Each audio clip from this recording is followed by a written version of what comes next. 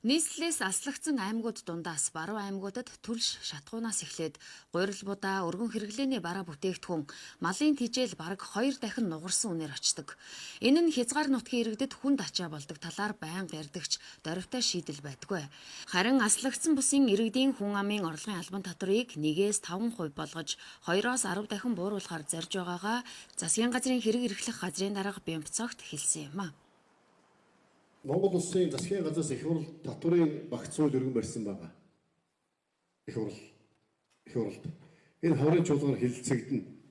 Энэ хэлэлцэгдэл батлах юм бол Монгол улсын одоо нийт иргэн аж ахуй нэгжтэй одоо татвар очиж байгаа татврын дарамт ачаалал 2.7 их найд төгрөг буурнаа.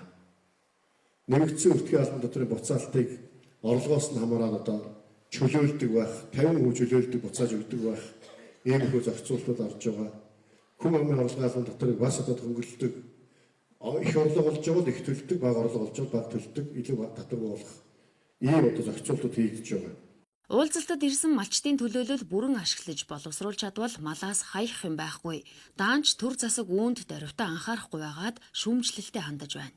Одоо гэрийн бэлтээ дүмбэрээс хийж болж байна. Машины хушлаг хийж болж байна.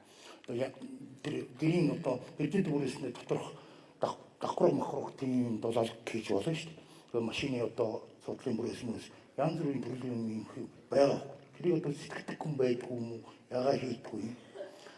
Харин засгийн газрын хэрэг эрхлэх газрын дарга Ховд аймагт баруун бүсийн малын түүхийн эдийг боловсруулах үйлдвэрлэлийн цогцлборын бүтээн байгуулалт дуусах шатанд орсон.